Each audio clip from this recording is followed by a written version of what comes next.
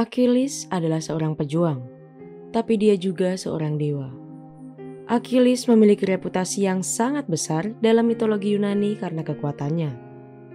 Dimanapun tubuhnya dipukul, seolah tak merasakan sakit. Kecuali tumitnya yang akhirnya menjadi alasan kehancurannya.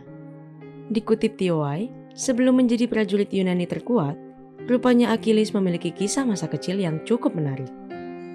Pasalnya, Achilles menyamar menjadi wanita. Penasaran bagaimana kisahnya? Simak video selengkapnya. Orang tua Achilles adalah Peleus dan Titus.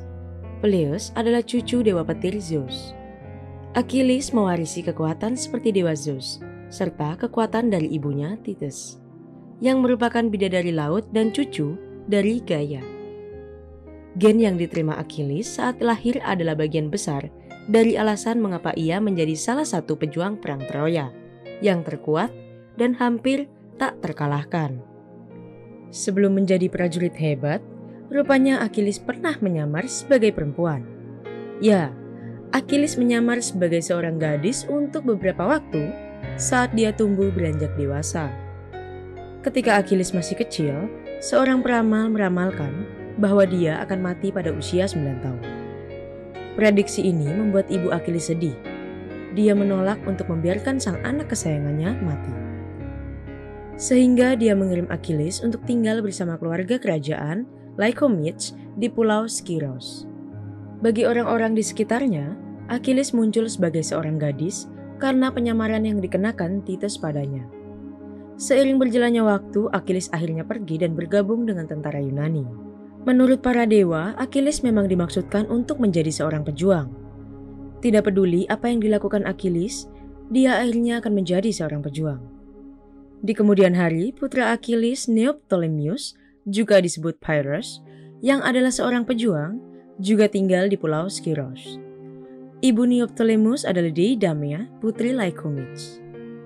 Menurut legenda, Titus membawa putranya Achilles ke air Styx dan mencelupkannya ke sungai. Ketika Titus melakukan ini, dia memegang Achilles di belakang tumitnya, yang menjadi satu-satunya titik kelemahannya karena tidak menyentuh air penyembuhan. Sisa tubuhnya menjadi tak terkalahkan bagi semua orang yang melawannya. Titus hanya bermaksud agar Achilles tidak mati, tetapi dia melakukan lebih dari itu. Styx adalah bidadari yang menjadi sungai utama di dunia bawah yang berfungsi sebagai jalan bagi jiwa orang mati.